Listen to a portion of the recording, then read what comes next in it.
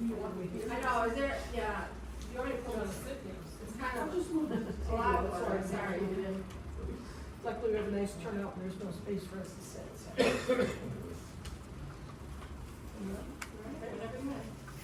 At the February board meeting, my husband spoke about my daughter's FOIA request, explaining why the district should release their lawyer's decision on raising Roosevelt School, which claimed demolition was the only way to prevent the charter school from using the property.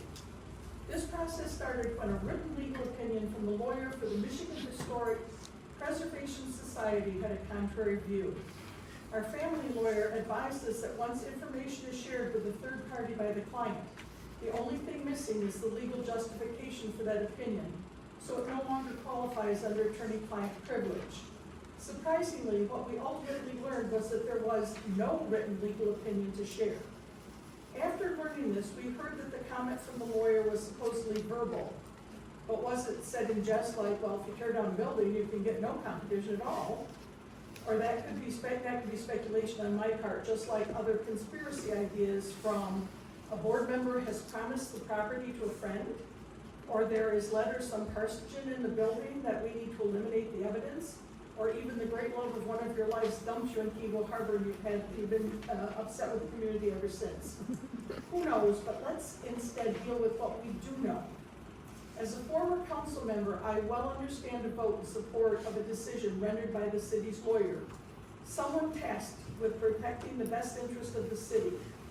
I can only assume that the school board accepts the advice of your attorney and votes accordingly for the same reason. What we now know is that vote to demolish Roosevelt was not based on a legal opinion. Whether you misunderstood or took for granted that the lawyer opined that raising the building was the only option is now probably lost to history.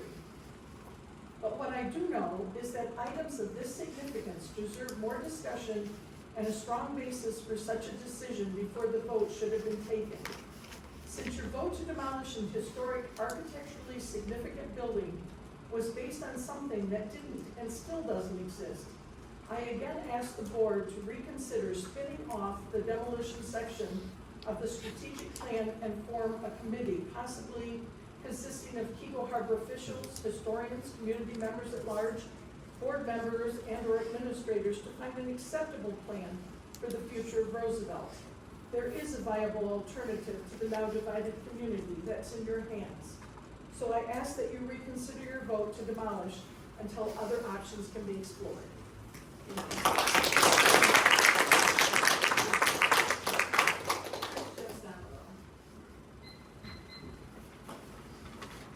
We have a special guest in the house. Dr. Hirsch's mom is here. Yeah.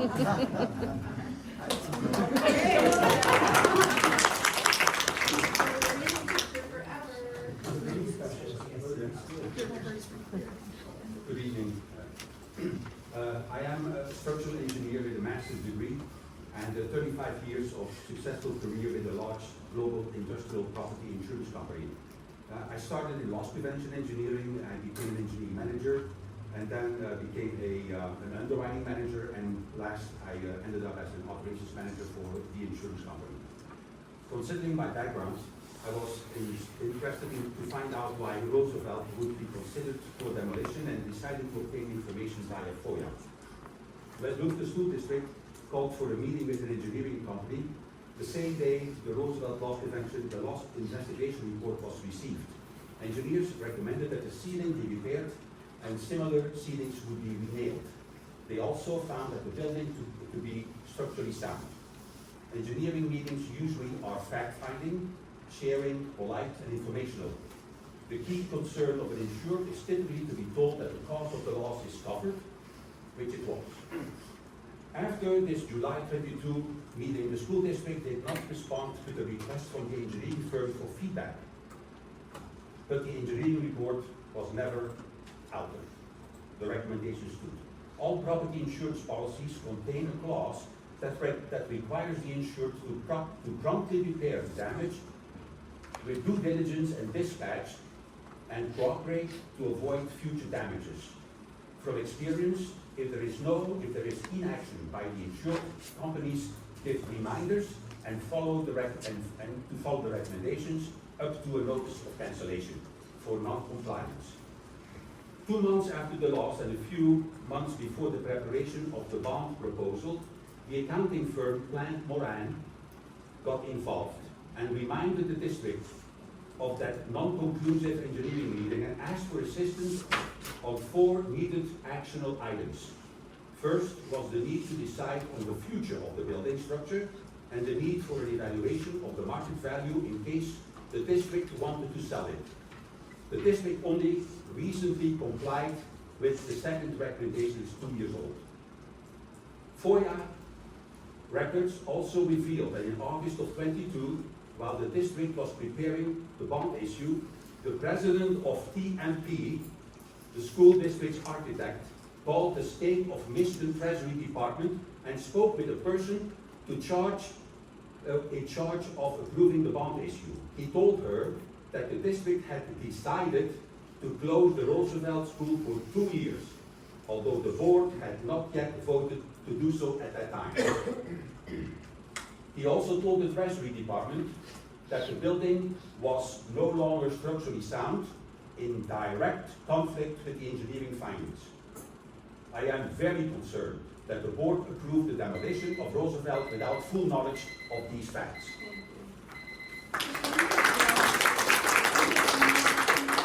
Can you email that to me? I can give you a copy. Okay, thank you. Okay. Okay, Kirsten.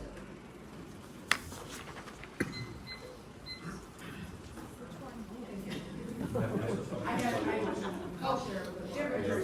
Which one? I'm sorry. No, I don't know. Which Kirsten? It's you. Oh, I'm sorry, Kirsten's not. So, No problem. I love it. Great name. Kirsten is such a good name. We can do it together. I'm good. That's really good.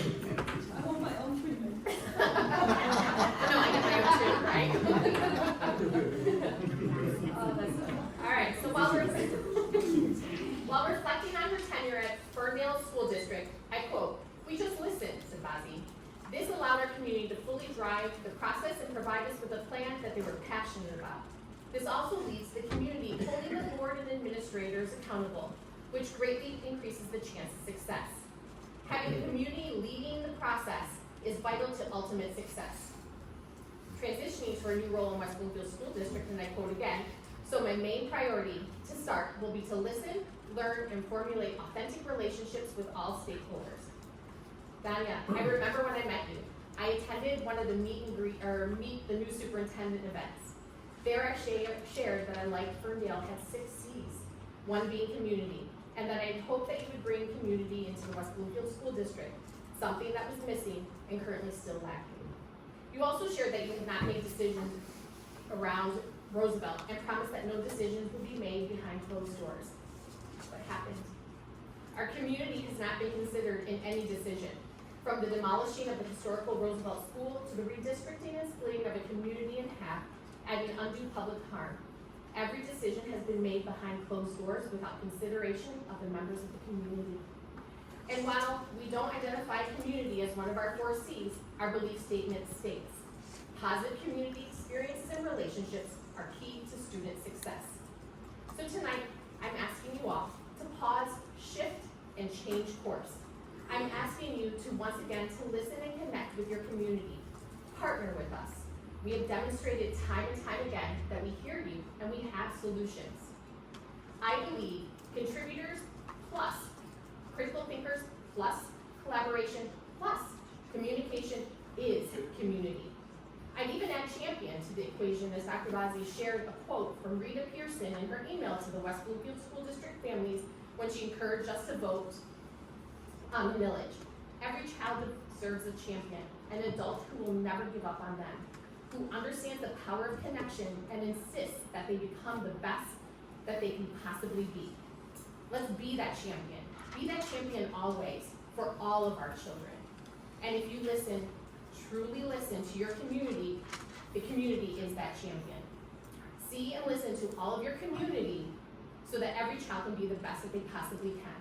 So in closing, and I quote again, "We just listened. This allowed our community to fully drive the process and provide us with a plan that they were passionate about. This also leads to community holding the board and administrators accountable, which greatly increases the chances of success. Having the community lead process is vital to ultimate success.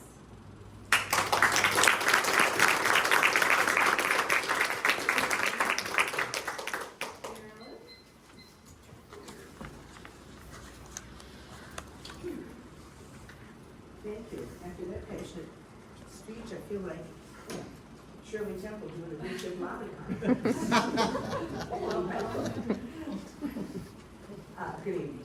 Members of the West Bloomfield School District Board, you stand at the precipice of a decision that will echo through the ages.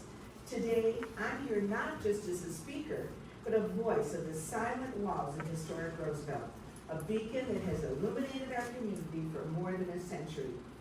It's not just a building, it's a repository of memories, a testament to our shared heritage, and a bridge to our past. As a school board, you have the power to be our knights in shining armor. You can stand up for what is right. You can protect a piece of our community that's the soul of our community. By voting in favor of saving Roosevelt, you can cast a vote for memory, for history, for the countless stories that have yet to unfold within its timely walls. Please consider the value of preserving a historical structure from a renowned architect, Robert O'Derrick, who was the favored architect of Henry Ford. He designed the Henry Ford Museum. Imagine, school board, not now, but in 100 years, when our descendants look back on this moment, they'll look at you as not as individuals, but as visionaries. People who understood the intrinsic value of our past. They'll walk through Roosevelt. They'll touch its walls. They'll feel the weight of our history, knowing it was your courage that preserved this cornerstone of our community. It's about more than just a building.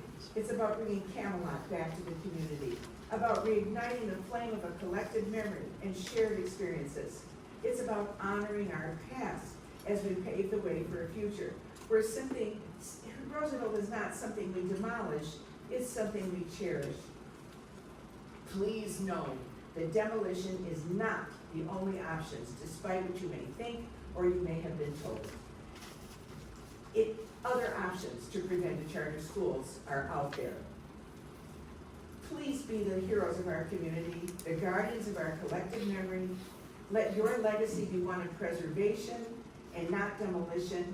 Be the guardians of our collective memory and vote to save historic Roosevelt. Let it stand as a beacon to another century, to the monument of its power of memory, community, and the enduring spirit of our past. It isn't difficult if you have the courage to vote to save Roosevelt. Please look back and vote with your heart. Look back with pride and suspend the demolition process until you can fully and honestly examine all options. Thank you.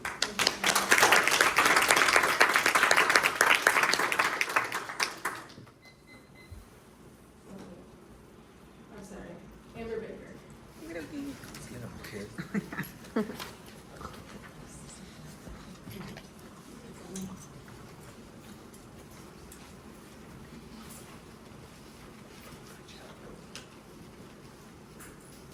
Whenever you are. All right. I appreciate all the work Mr. Long has done, getting the kids and families more associated with their soon schools to be.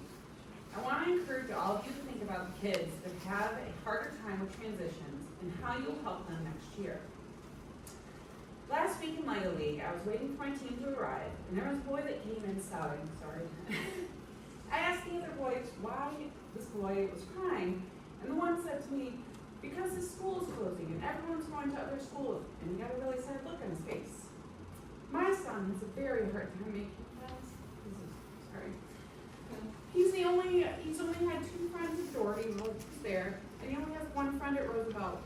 And that friend at Roosevelt is not coming back to the district next year. So he's gonna have to start at ground zero with friends.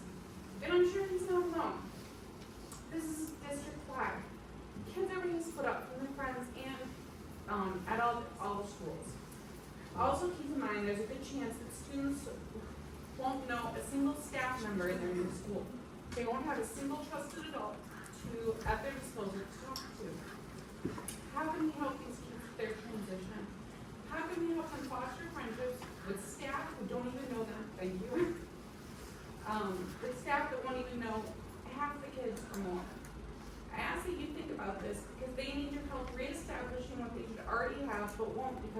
redistricting. I'm not saying that I'm not saying that it's not for the better in the long run. I'm saying that we need to help the kids now that are most affected by the transition. I would really like to see the administration work on team building in the next school year. Have fifth graders meet the kindergartners like the Scotch students do with the preschoolers. Have the building, have team building exercises in the gym to build friendships and camaraderie and community. Have the first through fifth graders line up in a relay race to pass balls through their knees. Have smaller groups meet and accomplish a task together. These are just a few ideas. I would also like to request again, that you not demolish the Roosevelt building, and be that building's future and not demise. Also, please consider moving the Chico play equipment to the Abbott instead of putting it in the dump. It's still good equipment, and you know that the kids can and will use it the next 5 to 7 years at that building. I think the kids are worth that type of investment, don't you? Thank you.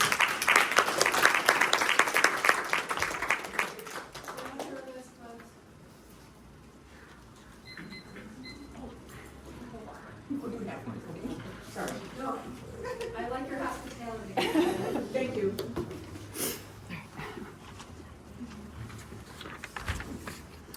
Good evening. I feel like I'm in a microphone, but, so I reached out to a real estate agent at Grosse Point, this weekend after I saw a very nice article she had recorded on YouTube about, Robert O'Derrick. That is the architect that, designed Roosevelt in 1920. It was one of his earliest works, so I reached out to her because I wanted to bring her in today. She was unable to attend, but she did write me her speech so that I could hand it out, and I actually did deliver it to you via email before I came today. But I wanted to read it out loud because I felt that, you know, it was a lot of research, and I wanted to share it with everyone because I think that folks would be very surprised at how remarkable the architect is and the history that we have in Keble Harbor that would ultimately be erased. I couldn't find any of the information about Roosevelt online, and I spent hours looking for it. So anything that was linked to O'Derrick was the buildings, the residential properties, over 200 properties in Grosse Point. Beautiful, like out of a dream these buildings are, and I'm sure you've all drove through there or seen pictures. But we only have one in our area, and that is Roosevelt, and it would be such a shame, a crime, I want to say a crime, to demolish that building. Okay, so she apologized for not being able to come tonight, so we're talking about Paula Draper. I approached her yesterday, or this weekend rather, as a concerned parent, and I looked to her to provide some insight based on the research that she did on this leading architect, Robert O'Derrick. So Robert O'Derrick was a very talented architect. He was educated at Columbia and Yale universities, and he was what she considers the connector because he did work with several different other architects and also somehow got really involved with Henry Ford, which ultimately I think that was his big break. So he was using, he was a master using his acquaintances to build these substantial design portfolios. And I had already mentioned Grosse Point, but Detroit, Birmingham, he's actually done some in Pontiac as well. So she presented this lecture on the 16 public buildings in Grosse Point. She did a presentation at the Grosse Point Library that was sold out just so that people were able to learn more about O'Derrick's designs. So this list that I had sent to you is by, like I had mentioned, sorry. Oh, we got it. Yeah.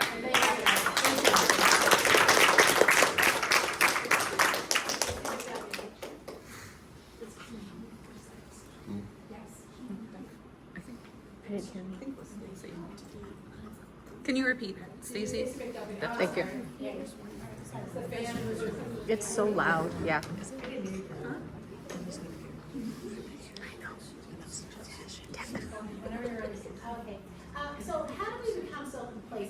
so many glaring inequities and low standards in education. Which ones might I be talking about? Well, for starters, the inconsistencies in how this district allows some elementary schools to build community with one another as a part of an equitable educational experience, while at the same time intentionally censoring and oppressing others. Why is it that the school that's being oppressed just happens to be the only Title I school in the district made up of Black, brown, non-English speaking, and disadvantaged students? Then I asked myself, how is this district in a known steady slide downward in student proficiency, but also refusing to take any care in ensuring that students and teachers can rebound from all of this rush movement for the construction of buildings? As it sits, all buildings won't be ready for the K-5 situation across the board. Appropriate playgrounds won't be in place, student services haven't been thoroughly identified and coordinated, the families most in need don't even have a way to advocate for themselves because this administration team is intentionally cutting them off from anyone who can help them. Let's move on to these school change forms. How were some parents granted the choices of schools that they wanted, but others were not? What was the criteria matrix being used to ensure that we were all treated equally? There's concerns it's not equitable at all and that balancing had priority over diversity. Now here's a big one.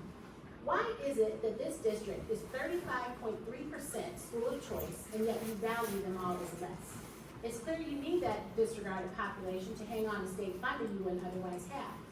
The question that I have though is how are you explaining to resident voters that if you didn't have the 35.3% of outsiders, you risk potentially losing the Division I status at the high school level? This is not something that in-district, college-bound athlete parents would want to hear. Deep dive into some of those varsity rosters. You need those Pontiac and Southfield kids. They make you abnormally competitive, even though they're not giving you equitable value here. There's a lot of questions that the U.S. Department of Education wants to deep dive in this district. The D.C. attorney that I spoke to was forwarded a few of the things that I got around to discussing, mostly around that super protected class of non-English students at Roosevelt. You know how that goes on. Once they start digging all kinds of skeletons start falling out of the closet. All I am asking you to do is to treat these students better, treat these teachers better, and stop dancing around the email communications because you don't want to be foiled. This district is not prepared to transition at the end of 23-24, not even close. Student proficiency is not the #1 priority here, buildings are. The inequity in education alone is a glaring siren that you will have to acknowledge here pretty soon. Start this transition at the end of 24-25 and do this right. Take the needed time to build community and a sustainable plan that ensures our students don't continue to backslide in academic proficiency for the construction of buildings. This is within your power to do, so I hope for our students' sakes.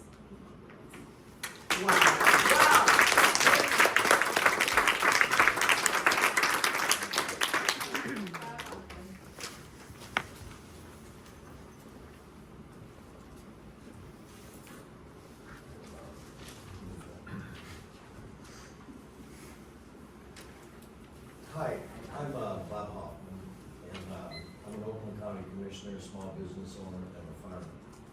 Roughly a month ago, I made an offer to this board of $500,000 for the property, and I included a check for $5,000. An action that regrettably was met with no discernible response. In the interim, I've been diligently working to forge an agreement with the board that safeguards the district against the potential establishment of a charter school. I wish to reaffirm that my original offer remains on the table. However, should you find the terms not fully satisfactory, I am more than willing to engage in discussions to tailor an agreement that meets the board's expectation and requirements. The preservation of historic Roosevelt School is a matter close to my heart, as it is for many in the community. I have rehabbed an 1830s Greek revival. I've saved 3 historic buildings in Holly, and I was the first one there to put high-end loft apartments in those buildings. I moved 3 houses to avoid them from being demolished, and my small business I'm in the demolition business. One of the houses I moved, I was hired to tear it down and moved it instead. I've saved 2 other houses over the years by moving them to avoid demolition.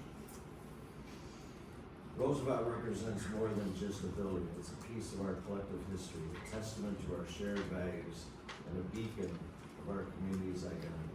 I believe that together we can find a path forward that honors the significance of this site benefits our school district financially and upholds the legacy of Roosevelt for future generations.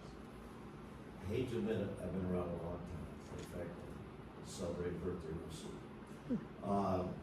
To me, this is the simple, it'd take me a nanosecond to make a decision to save this school.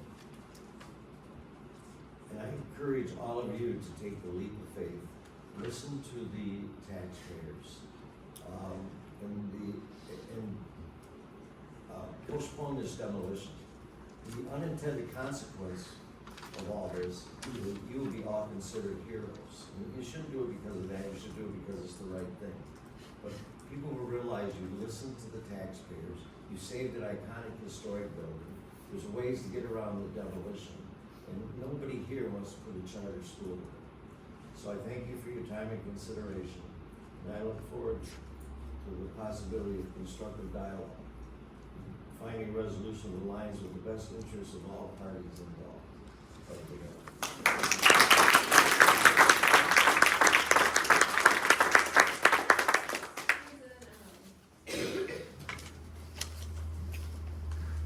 How do I follow all these people? Oh, God.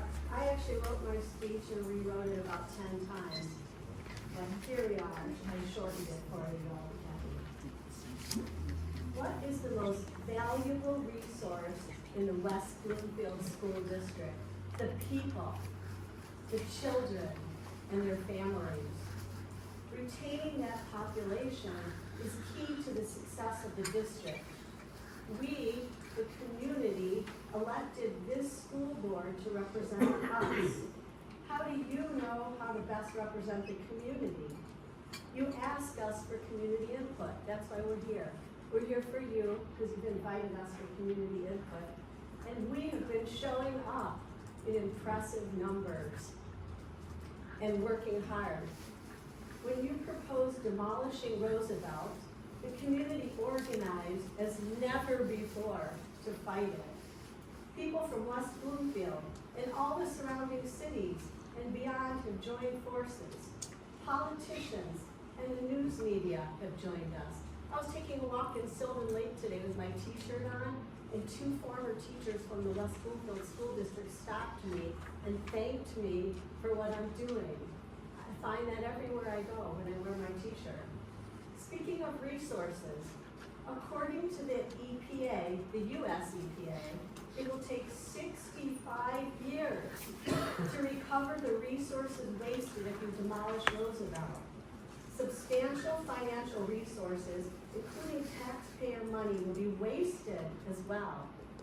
This building can be sold and repurposed. So we stand before you as your greatest resource, pleading with you not to destroy a historic, beautiful building for absolutely no valid reason. Please vote to stop demolition before a precious resource is lost permanently.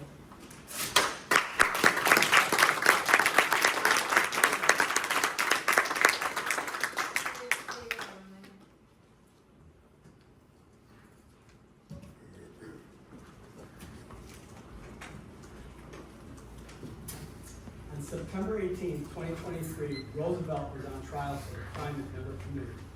The crime was stealing students from West Bloomfield School District. The jury was not picked supporting Kego's roots that Roosevelt deserved. In fact, the case was developed against Roosevelt with 9 people that don't even live in the district.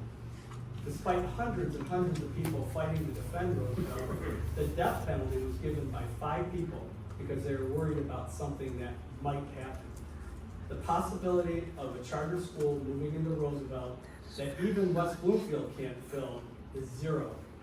In addition, West Bloomfield School Board, along with the City of Kego Harbor, can make sure that a charter school will never move into Roosevelt without a deed restriction. It takes cooperation between the district and the city, and that's how it should be done. So why did Roosevelt get the death penalty? That is a wonderful question, but it doesn't even need to be answered, because if 4 people today pick to save Roosevelt, we don't need that answer.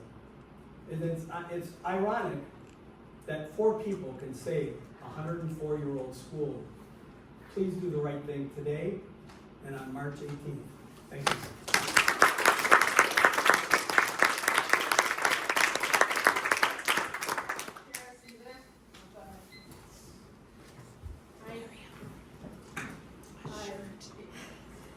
Okay, so, I didn't write anything down, but I've been coming to all the meetings, so far.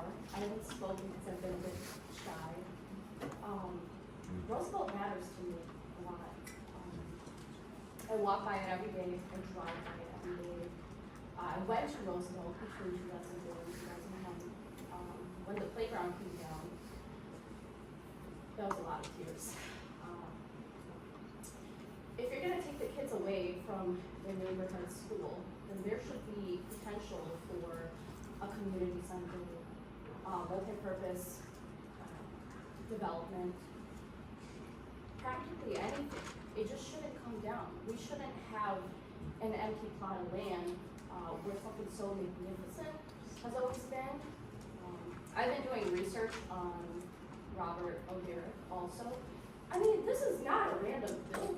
This is like, I mean, Henry Ford was a very important person, and he's still like a very, we got Ford, we got the museum. So why would we take down Roosevelt when that's like a part of such important history, like in our state and the United States in general?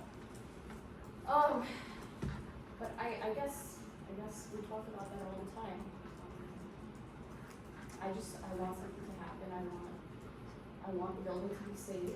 I want it to be sold to somebody who can do that. Also, I'll include that the students should not be separated. They should be kept together. If you guys wanted to put the Chico kids into, the Abbott building with the students, that would work. I don't see why they would have to be separated. That's a big building. I feel like everybody would fit into that building. So, yeah, that's all I wanted to say. Thank you.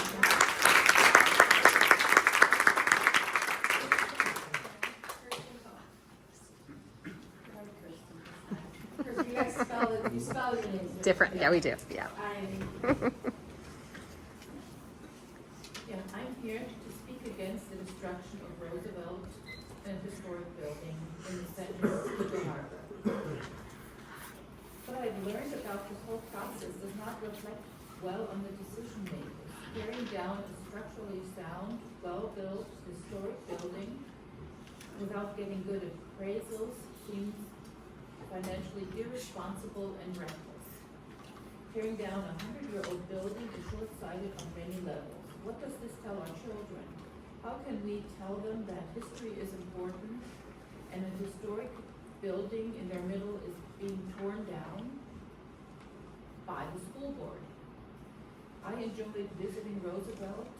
Every time I went there, I walked down the hallways, I looked at those old pictures of former graduates, and there was a connection there, knowing that possibly my neighbor's grandfather was on those. There's a connection, not only for me, but also the children, even though they don't realize it, they will in the future. This building is a powerful connector to the past. I mean, we all visited, or many of us visited Europe. We admired these old towns, and I'm not talking castles and palaces. I'm talking the old buildings in the town centers. We know that a lot of history happened there. We admire that. We are interested in that. And we also have other buildings in Detroit, Fisher Building, the Guardian Building. They're all the same age as our school. And nobody would think about tearing them down. And Roosevelt should have a chance to be there 100 years from now. It's structurally sound. And I think your names can either be connected with saving the school or tearing it down, and future generations will not have this connection to the past. Thank you.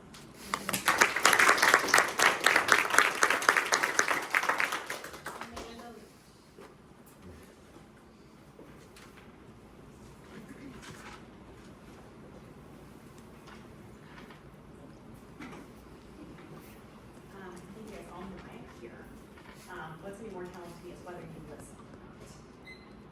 It's always said that accountability feels like an attack when you're not ready to acknowledge the harm your actions and behaviors cause others. The closure of Roosevelt and rearranging of students is so fast and still so secretive. The issue extends beyond the mere closure of a school. It delves into the realms of transparency and equity, or rather, the clear lack thereof.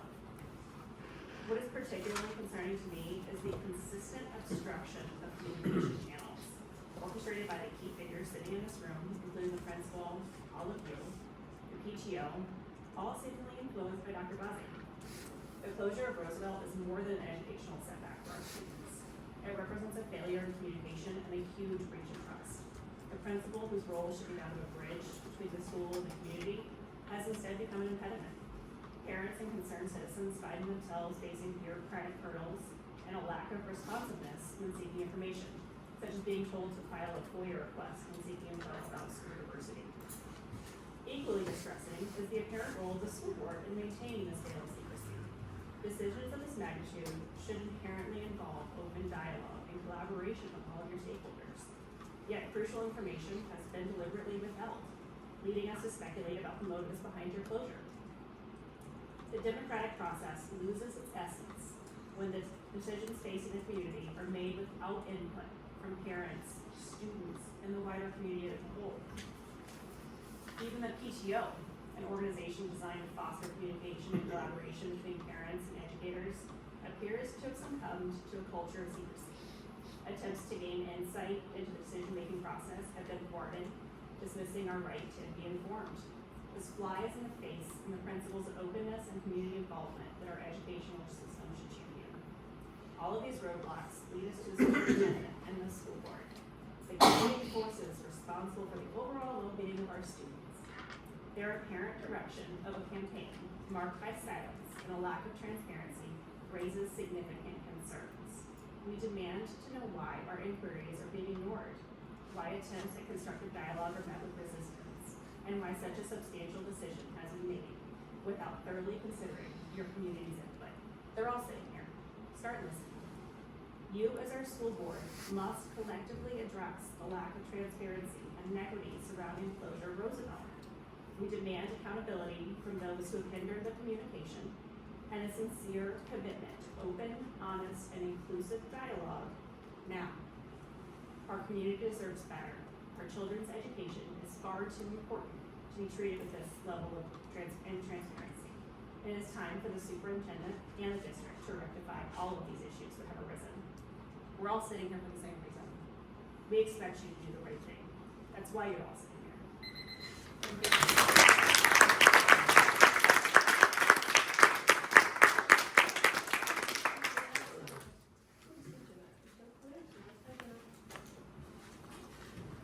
Hey guys, happy Monday. Middle schoolers did a phenomenal job this weekend with their lab at Dunsville. It was unbelievable. And then I'd also like to ask you guys to have the humility and to please get into integrity, because the school district is lying to the community. I live in West Bloomfield, I don't live in Hugo Harbor, but my grandkids are going to graduate with them. So they're my community. And it needs to be fixed because it has been tainted with either lies of commission or omission and outright lies. And it was the past superintendent, it's the superintendent we have now. And I'd like you guys to fix it. That's what you guys are here for. Fix it. Stop lying. We can't move forward with lies. I'm just blunt. I'm not as well spoken as everybody. Oh, yes, you are. I'm just going to be blunt. It's my personality. I have 3 grandkids in this district. I want it to be a success. I don't think my youngest grandchild will be graduating because we'll not go to that middle school where there's fights every day. We have issues in this district. 54% of the kids are not at grade level. That makes them illiterate. We have problems. Use us. We want to be used. We want to help you. We want to be engaged with you, but you have to be honest and not blame us that we misunderstand you. When you lie, you lie. That's just what it is. Thanks.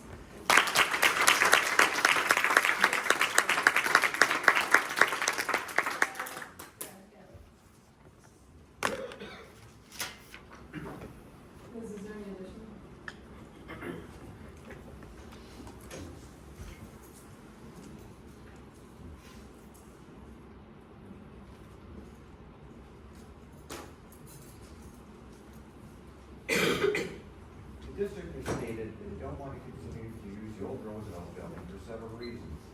One, it's 104 years old and too expensive to update. Two, it doesn't meet 21st century standards in building codes. Three, there are not enough classrooms at ground level from pre-K and first grade. It's a 3-story building and most of the classrooms are on the second and third floors. Four, the classrooms are too small and are 650 square feet versus Gresco, which is at 1,200 square feet. Five, all the other elementary schools sit on sites that are nearly 16 acres. Roosevelt sits on a site that's about 6 acres, so it lacks outdoor recreation space. 6, the building is unsafe. 7, enrollment in the area is declining. So if all these reasons are true, why would a charter school make it?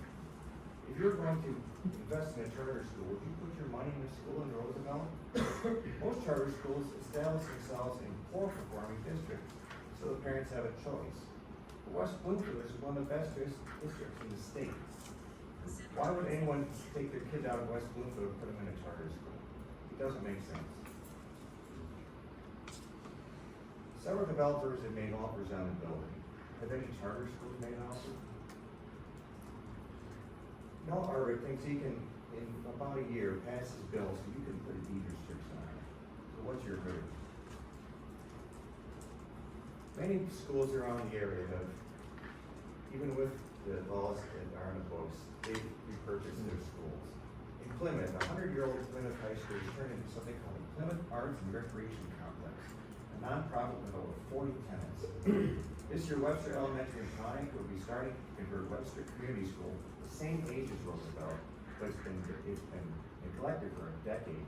They've got over a dozen tenants, and they've raised $30 million.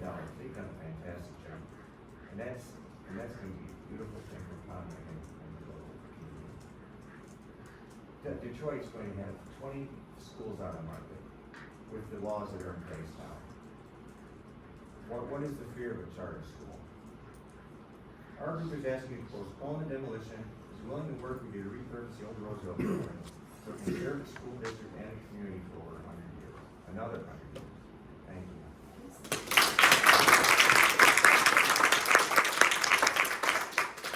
Last but not least, David question.